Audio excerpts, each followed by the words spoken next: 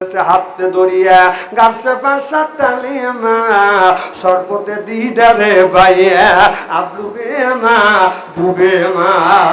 কবি বলেছে সাত ধরিয়া পানি যদি কণ্ঠের মধ্যে ডালা যায় পিপাসা নিবারণ হবে না। আল্লাহর ওলি আমার মৃত্যু দেখে ভয় লাগে, দেখো মরণের হাত থেকে বাঁচা যায় কিনা। আল্লাহর ওলি বলল বাবা মরণের হাত থেকে বাঁচা যায় না। তখন আল্লাহর ওলির পা ধরে জড়া বলে আল্লাহর ওলি গো আপনি আল্লাহর ওলি একটা ব্যবস্থা করেন। আল্লাহর ওলি বললেন বাবা রে আমি একটা ব্যবস্থা করি বাবা, তুমি একবার এই যে শিশি দিলাম এই শিশিটা নিয়ে এক বাড়িতে যাইবে, যেই বাড়ির আত্মস্বজন কোনো মানুষের ওই লোকটার আত্মস্বজন মা বাবা আত্মস্বজন দাদা দাদি নানা নানি বংশের মধ্যে কোনো লোক তার মারা যায় নাই, সেই বাড়ির থেকে যদি তুমি এক শিশি পানি নিয়ে আসতে পারো বাবা রে তাহলে আমি বলে দিব তুমি বেঁচে থাকবে। এবার লোকটা আপনার সিরাজগঞ্জ জেলার মধ্যে প্রত্যেকটা গ্রামে যাইয়া জিজ্ঞাসা করে আপনার বাড়িতে কেউ মরছে, কেউ কয় দাদা মরছে, আর এক বাড়িতে যা বলে তোমার কি কেউ মরছে, কয় আমার নাতি মারা গেছে, আর এক বাড়িতে গেছে তোমার কি কেউ মারা গেছে, বলে আমার চাচাতো ভাই মারা গেছে, আর এক বাড়িতে গেছে ভাইজান আপনার বাড়ির মধ্যে কি কেউ মারা গেছে, বলে আমার ফুফতি ভাই মারা গেছে।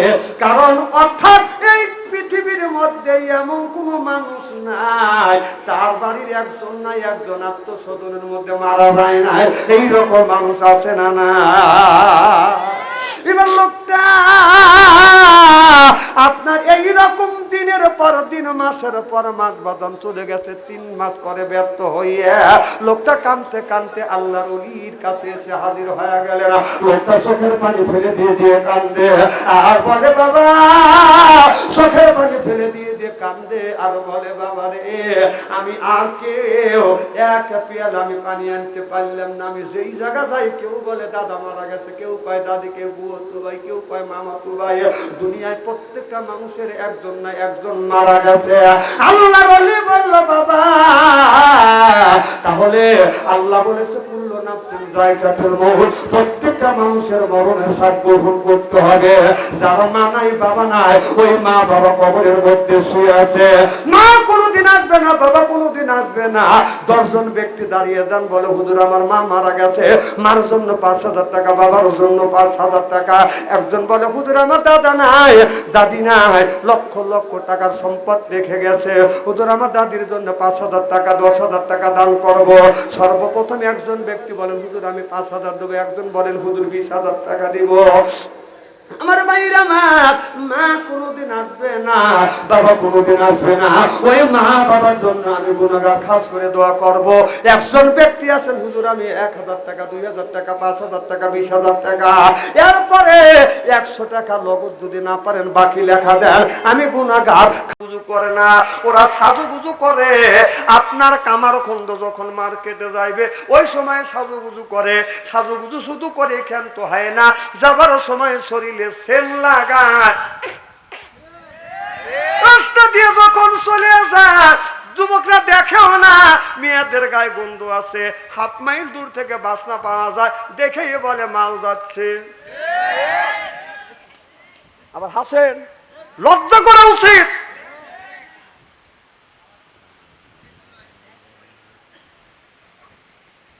আল্লাহ বললেন অকরনা ফিবুতু করনা, পুত্তু কোনার অর্থ পাইছি আমি 3টা। ওয়ালা তাবাররাজনা তাবাররুজাল জাহিয়াতিল উলা, ও নারীরা জাহিলি যুগের নারীদের মতো অশ্লীল ভাবে রাস্তা দিয়ে তোমরা চলাফেরা করবে না। রাস্তা দিয়ে যখন চলাফেরা করবে মানুষ তোমাকে দেখে যেন মনে করে ফুবু আম্মা, খালা আম্মা, চাচি আম্মা। আর আমাদের মেয়েরা ফুবু আম্মা হতে চায় না, খালা আম্মা হতে চায় না, এটা হতে চায় ম্যাডাম।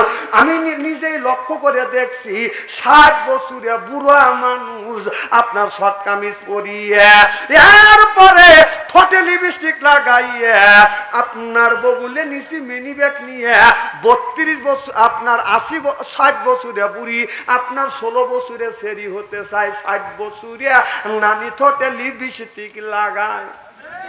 শর্ট কামিজ লাগাইয়া নানি রাস্তা দিয়ে যায়, শর্ট কামিজ লাগাই যাইয়া নানি রাস্তা দিয়া যায়, 60 বছরিয়া নানি ঠোঁটে লিপস্টিক লাগায়।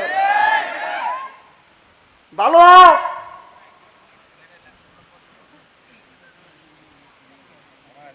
রাস্তা দিয়ে অন্য পুরুষকে খুশি করার উদ্দেশ্যে যারা সাজুগুজু করবে, এটা পাপ, এটা হারাম। নদীতে যারা পর্দা ছাড়া গোসল করবে, এটাও জোরকান। কত মানুষ দেখি আমাদের নদী এলাকা মেয়েরা নদীর কিনারে যাবাদান আপনার গোসল দেয়, এমন ভাবে গোসল দেয়। কত হাজি আপনার গোসলখানায় আপনার নদীতে গোসল করবে যায় লুঙ্গি থুইয়া আপনার গামছা পরে। কথা কয় না, কথা কয় না। একে হাজির দোষ, ওই মহিলার দোষ। কথা কম। কত যুবক খালি আপনার সেলফি তুলতেছে। সি সি সি। একটা মেয়ে যদি শুকনো কাপড় পরে যায়, তাকে দেখতে একটা সাইজ দেখা যায়, তার আকর্ষণ আলাদা। আর বেশি আকর্ষণ হয় একটা মানুষ মেয়ে যখন গোসল করিয়া ভেজা কাপড় দেয়া রাস্তা দিয়ে হাইটে যায়, আপনার ওইটা যদি আপনার শুকনো কাপড়ে পুরুষ যদি আকর্ষণ হয় 50টা, আপনার ভেজা কাপড়ে হাইটে গেলে আপনার 50টা তো দূরের কথা, 200টা তো আকর্ষণ হবে। পুরো মানুষ আকর্ষণ করে। এই জন্য আমার এলাকায় ওয়াজ করছিলাম যে যাদের বউ নদীতে গোসল করতে যায় পর্দা ছেঁড়া,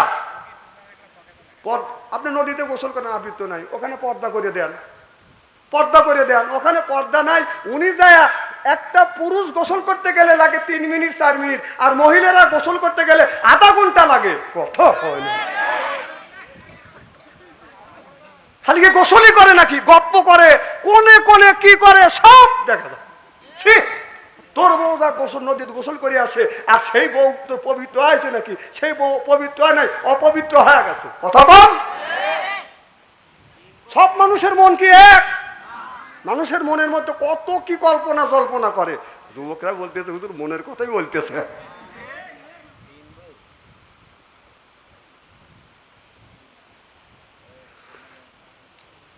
খুব কি খারাপ লাগতেছে?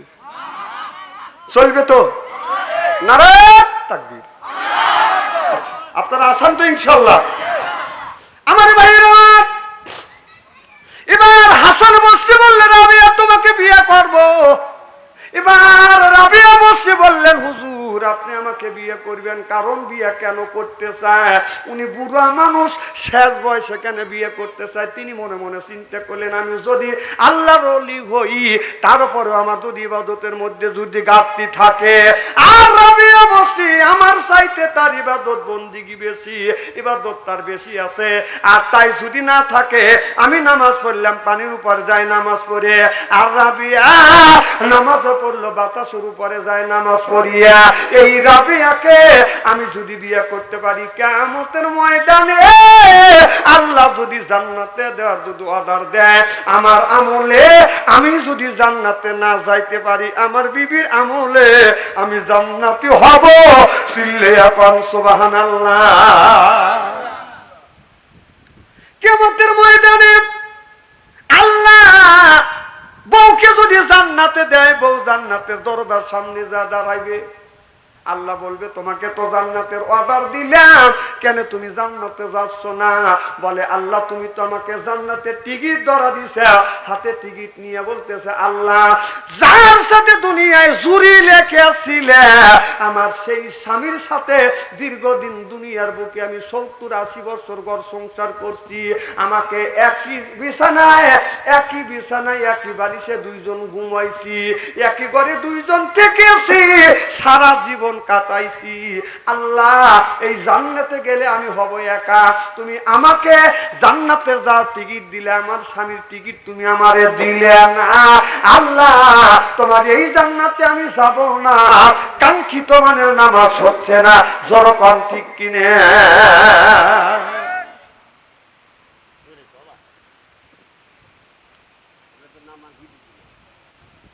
হ্যাঁ নামাজই বুঝিনি।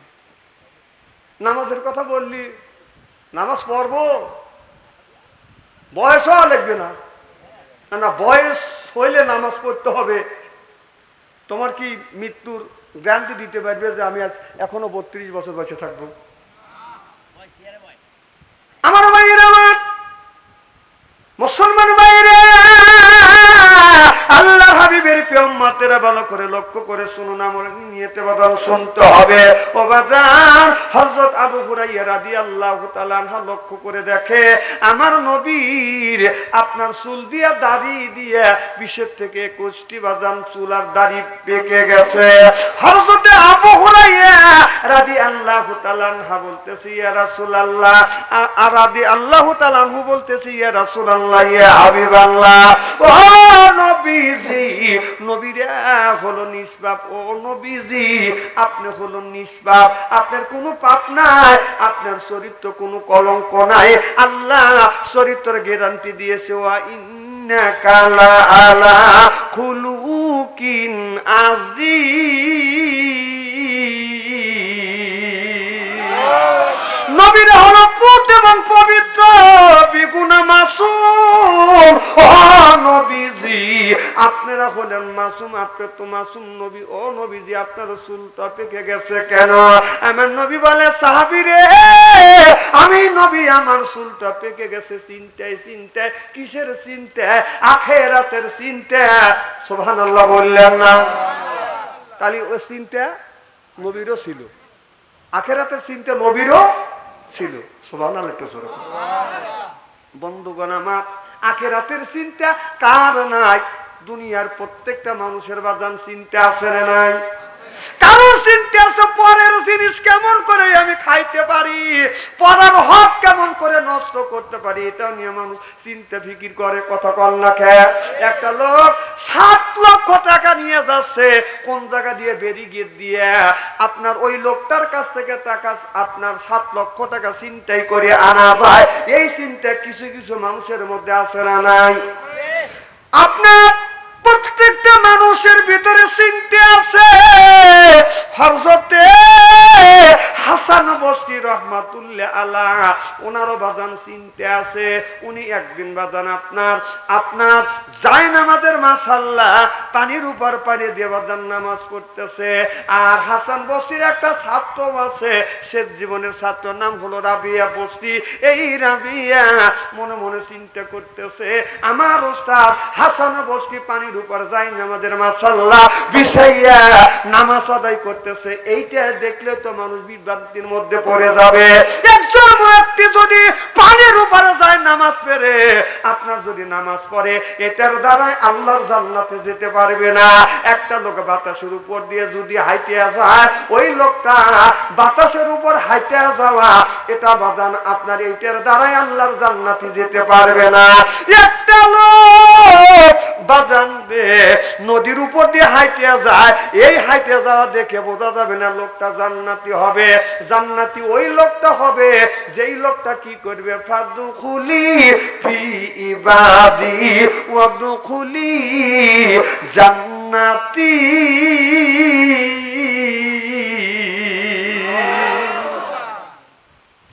কারণ একটা লোক যদি পানির উপর দিয়ে হাঁটে যায়, লোকটার ভিতরে একটা অহংকার আসতে পারে, আমি পানির উপর দিয়ে হাঁটতে পারি। কেউ তো পারে না। অহংকার আছে না নাই? গ্রামের মধ্যে গ্রামের যদি মাতবার হয়, ওই লোকটা আপনার মনে মনে অহংকার করে, বলে এই গ্রামের মাতব্বার, গ্রামের প্রধান, গ্রামের মাতবার আমি। আমার কথায় গ্রামের মানুষ ওঠে বসে, না জানি কি হলু। আছে না নাই? পরামানিকটা প্রধানটা নাই দেখে ওয়াজ করে জুত পাবো না, নাহলে 60 উঠতো। আমার ভাইয়েরা, হাসান বসরি পানির উপর যায় নামাজের মাশাআল্লাহ বিছায়া নামাজ পড়ে।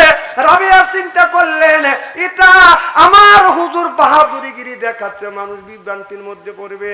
এই সময় রাবিয়া বসরি আপনার বাতাসের উপরে যায় নামাজের মাশাআল্লাহ বিছাইয়া নামাজ পড়তেছে। হাসান বসরি লক্ষ্য করে দেখে রাবিয়া বাতাসের উপরে যায় নামাজের মাশাআল্লাহ বিছাইয়া নামাজ পড়তেছে। বোঝা গেল রাবিয়ার কাছে আমি কিছু না, কারণ পানির উপরে নামাজ পড়ি আমি, রাবিয়া পরে বাতাসের উপর। এবার হাসান বসরি যা দেখে বলে, রাবিয়া আমি তোমাকে বিয়ে করতে চাই।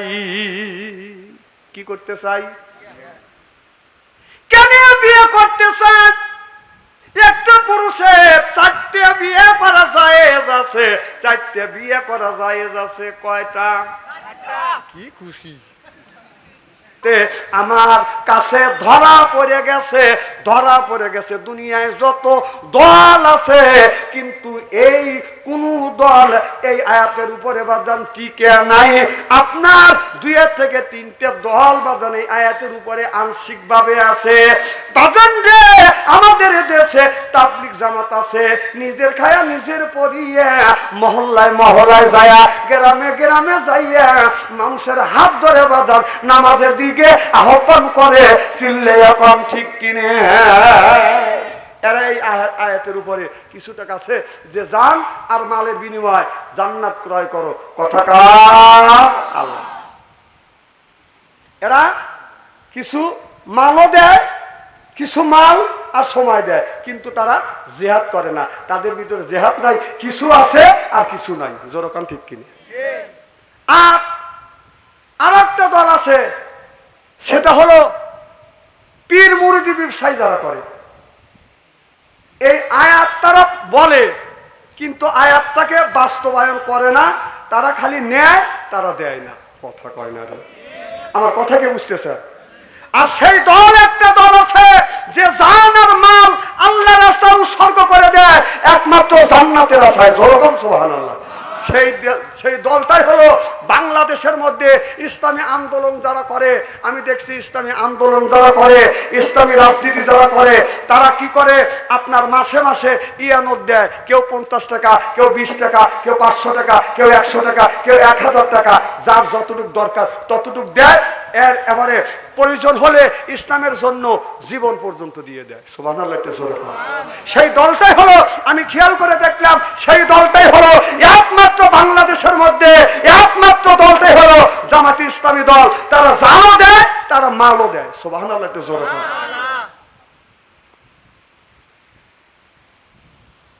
আমার ভাইয়েরা, আমার 14 গুণী দল আছে এই আয়াতটা বাদান তেলাওয়াত করে। এই আয়াতটা বাদান আপনার মানে আংশিক মানে, আর আংশিক বাদান মানে না। আল্লাহ বললেন বিআন্না লাহুমুল জান্নাহ, আমি আল্লাহ তোমাদের জান্নাত দিব তোমাদের জান আর মালের বিনিময়। আমরা আয়াতটা পড়ি, তেলাওয়াত পর্যন্ত বাদান করি, কিন্তু এই আয়াতটা বাদান আপনার সঠিক পথে বাদান বাস্তবায়ন করি না। আল্লাহ বললেন ইউকাতিলুনা ফি সাবিলিল্লাহ ফায়াকতুলুনা ওয়া ইউকতালুন। আল্লাহ বলে ইসলামের জন্য রক্ত দাও, না ইসলামের জন্য রক্ত নাও, না হয় রক্ত দাও, না হয় মারো, না হয় মরো। এ কথা যারা ইসলামের বিরোধিতা করবে, যারা কোরআনের বিরোধিতা করবে, আল্লাহ বিরোধিতা করবে, আল্লাহ বলেন ওদেরকে মারো, না হয় মারো, না হয় রক্ত নেও, না হয় রক্ত দেও। সুবহানাল্লাহ। জোরে কর। এখানে আল্লাহ বলতেছে, আগে বলতেছে রক্ত নেও, না হয় রক্ত দাও। আগে রক্ত নেওয়ার কথা বলছে, তাহলে রক্ত দেওয়ার কথা বলছে। তারপর আল্লাহ বলছে না হয় মারো, না হয় নিজেই মরো।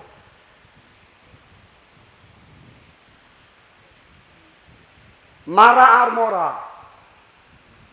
খুব কঠিন। এই যে ছাত্র আন্দোলন করতে গিয়ে যে সমস্ত ছাত্ররা সর্বপ্রথম আবু সাইদ জীবন আল্লাহ রাস্তা উৎসর্গ করে দিছে। সুবহানাল্লাহ। এই দেশে শান্তি আনার জন্য। এই জন্য বাংলাদেশে এখন বাংলাদেশে দ্বিতীয়বার স্বাধীন পেয়েছি আমরা। মারহাবা, একটু জোরে কর। এই জন্য এই দেশে আমরা স্বাধীন বাংলাদেশে আল্লাহর কথা, কোরআনের কথা সঠিকভাবে বলবো। আবার যদি কেউ এখান থেকে আপনি শিক্ষা গ্রহণ করুন, আবার যদি কেউ ইসলামের বিরোধিতা করেন, তাদেরকে আমরা ক্ষমা করব না। আমার ভাইয়েরা, ওই দিকে যেতে চাই না। ভালো করে লক্ষ্য করে সুন্নাহ মনে নিয়ে তেমন শুনতে হবে। এবার হাসান বস্তি বলতেছে, রাবিয়া বস্তি আমি তোমাকে বিয়ে করব। এবার রাবিয়া বস্তি বলতেছে আমি তোমাকে বিয়ে করতে পারি, তবে আমার যে সিন হয় আসবো গ্রামে, না হয় না আসবো। ছেলে পিকনিকে যায়, ও মসজিদে যায়, আগের কাতারে বসে তো লজ্জা করে না? বেশরম, বারান্দা বসিস,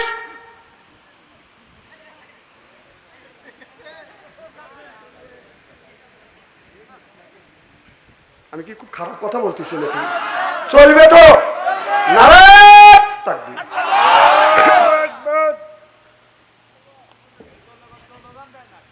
না স্লোগান দিবে, এখানে স্লোগান দিবে কে? নৌকা যা স্লোগান দিবে, এখানে স্লোগান দেওয়ার দরকার। ওই ও নৌকা না, পিকনিকের নৌকা, আর ওটা তো নূহ নবীর নৌকা।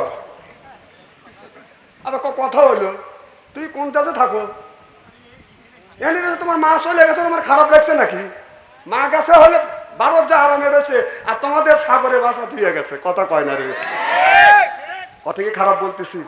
খুবই খারাপ লাগতেছে নাকি? কারণ মা সন্তানদেরকে কিভাবে সাগরে বাসা ধুয়ে মা টুক করে চলে গেল। হ্যাঁ, সন্তানদের চিন্তা ভাবনা একটুকু করলি না? 15-16 বছর ধরে এই সালপালের মাথার উপরে কাঁঠাল দিয়ে খালি খাইছেও, অর্ডার দিয়ে দিয়ে ভালো ভালো মানুষকে, আলেমদেরকে জেলের মধ্যে ঢুকাইয়া তুমি 41 সাল পর্যন্ত থাকবে চাইছো। তুমি চলে গেলা, কিন্তু সন্তানদের বললে না কেন?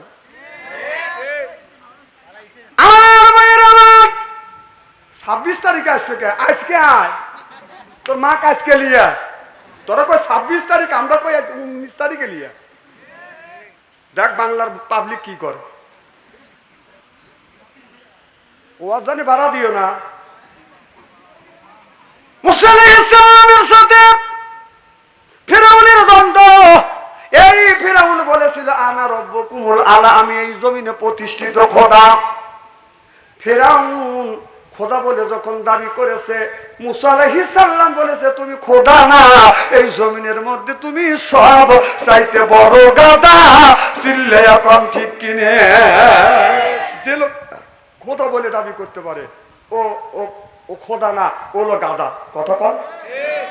মুসা আলাইহিস সালামের সাথে দ্বন্দ্ব যখন লেগে গেল, মুসা আলাইহিস সালামের সাথে যুদ্ধ যখন ঘোষণা হয়ে গেল, এবার ফিরআউনের লোকজন ডেকে বলতেছে, ও ফিরআউন খোদা সাহেব, আমরা তো আপনার সাথে পাশে থাকতেছি, আপনি যে অর্ডার করতেছেন ফলো করতেছি, আপনারা বলতেছেন মুসলমানকে মারো, মারতেছি, মুসা নবীকে ধরো, ধরতেছি, কিন্তু মুসা আলাইহিস সালাম সারার বান্দা না, তিনি হলো আল্লাহ নবী। মুসা নবী যেদিন শক্ত করে আমাদের ধরবে, তুমি কি আমাদের রাখে অন্য দেশে তুমি কি পালিয়ে যাবে? ফিরআউন বলল, আমার উপরে ভরসা রাখো, আমি যদি মরি তোমাদের নিয়ে মরবো, যদি পালাই তোমাদের নিয়ে পালাবো, তোমাদের রাখে আমি বাঁচার জন্য পালাবো না। এবার মুসা আলাইহিস সালামের সাথে ফিরআউনের যখন তুমুল লড়াই শুরু হয়ে গেল, এবার মুসা নবীকে আপনার যুদ্ধ করতে করতে করতে করতে নদীর কিনার বিলে বাদাম যখন নিয়ে গেলেন, মুসা আলাইহিস সালাম বলে, আল্লাহ তুমি বলেছো সামনের দিকে আগায় না, এই জন্য আগাই নেই। তুমি বাইতেতে বলছো, বাইতে আইছি, তুমি বলছো নদীর কিনারে যাও, নদীর কিনারে আসছি, চতুর্দিকে 3 দিকে শত্রু আমাদের ঘেরোয়া করে নিছে। আল্লাহ এই নিম্নত আমি কেমন করে পার হব? আল্লাহ বলো, বন্ধু মুসা রে, চিন্তা করো না, তোমার হাতে যে লাঠি আছে, লাঠি ছাড়িয়া দাও। লাঠি যখন ছাড়িয়া দিছে, নদীর উপরে ফেলে দিছে, একটা বিশ্ব রোধ হয়ে গেছে। আল্লাহ বলো, বন্ধু মুসা দেখো আমি আল্লাহ কি করিলাম, নীল নদীর মাঝখানে আমি আল্লাহ রোড তৈরি করে দিলাম, তুমি রোড দিয়া পার হয়ে তোমার সৈন্য নিয়ে তুমি ওপার চলে যাও। এবার মুসা আলাইহিস সালাম যখন উপরে চলে গেল, ফিরআউন এসে দেখে নীল নদীর মাঝখানে বিশ্ব রোড হয়ে গেছে। ও চিন্তায় একটা বড় চিন্তা করে নাই, এই রোড তো আমি তৈরি করি নে, আমার বাবাও করে নাই, কারণ এই রোড আসলো থেকে বাবাতি রোডে যখন উঠছে, মাঝখানে যখন চলে গেছে, আল্লাহ বললেন বিরিশে রোড বিলাপ্ত হয়ে যাও। ফিরআউনকে পানিতে চুবাইয়া চুবাইয়া মেরেছে। চিল্লাইয়া বলুন সুবহানাল্লাহ। এই ফিরআউন কথা দিয়েছিল, ও আমার সাথীরা, আমার জনগণেরা, তোমরা যদি আমার সাথে পাশে থাকো, যদি পালাই তোমাদের নিয়ে পালাবো, যদি মরি তোমাদের নিয়ে মরবো। ফিরআউন কথা রাখছে, তার জনগণ নিয়ে নীল নদে বাদান ডুবিয়া মরছে। আর আমাদের মা কি করলো, এই তার দলের মানুষকে সাগরে বাসাইয়া উনি দিল্লি যায় পার হইছে। কে মামা করো, মা তো আর তোদের চিন্তা করলো না। দেশটা দেউলিয়া বানাইছে সাবেক প্রধানমন্ত্রী, দেশটা দেউলিয়া বানাইছে সাবেক প্রধানমন্ত্রী। ও সোনার দেশটা লুইটে খালো, সোনার দেশটা শোষণ করলো, লুইটে পুইটে খাইয়া রে প্রধানমন্ত্রী। মাওলানা দেখিলে পারে বলছো রাজাকার, দাড়ি টুপি দেখলে তুমি বলছো মৌলবাদ।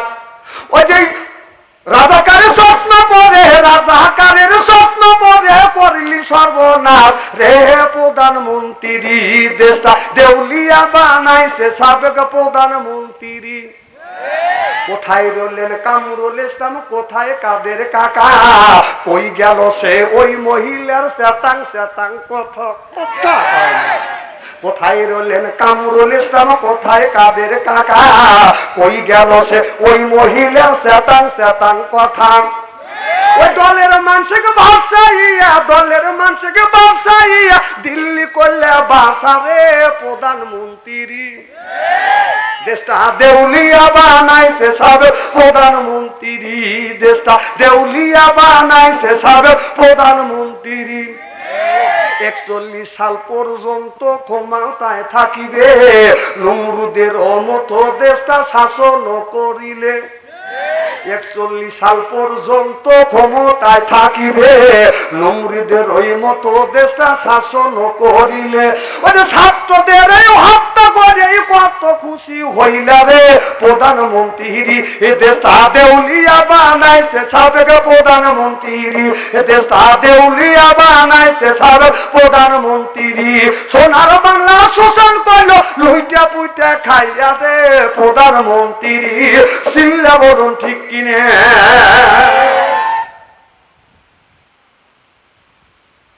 কিছু লোক এমন টাকা রাখতেছে, আজকে যদি মা থাকতো তোকে দেখে ছেড়ে দিত, তোর মা আসবেও না, দেখতেও পারবি না। আবার 26 তারিখে মা আসবে, তুই আজকে আনে তোর মা। 15টা বছর জ্বালাইছে, 15টা বছর। কোরআন কার? জোরে কর।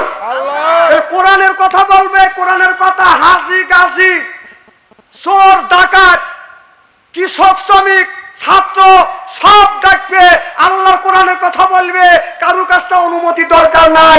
15-16 বছর দাঁড়াইছে, কোরআন হাদিসের কথা বলতে অনুমতি লাগতো। ও চিন্তা করছে আল্লাহ নবীর পরে ওর ক্ষমতা, এখন তোর ক্ষমতা কমে গেছে। ডাক্তার ইউনূস এসে বলছে যে কোরআনের কথা উন্মুক্ত ভাবে আলেম ওলামা বলবে, কোনো পাস লাগবে না, অনুমতি দরকার নেই। সুবহানাল্লাহ। তুমি এই কাজটা যদি না করতে, আলেমদের উপরে আল্লাহ রসুল বলেছে আর ওলামা ওয়ারাসাতুল আম্বিয়া, আলেমেরা হলো নবীর বংশধর, নবীর দাবিদার। সুবহানাল্লাহ। সে আলেমের টুটি চাপা ধরছে, গলা বেরিয়ে ধরছে, মিম্বরে পরে ইমাম সাহেব কথা বলতে পারে না,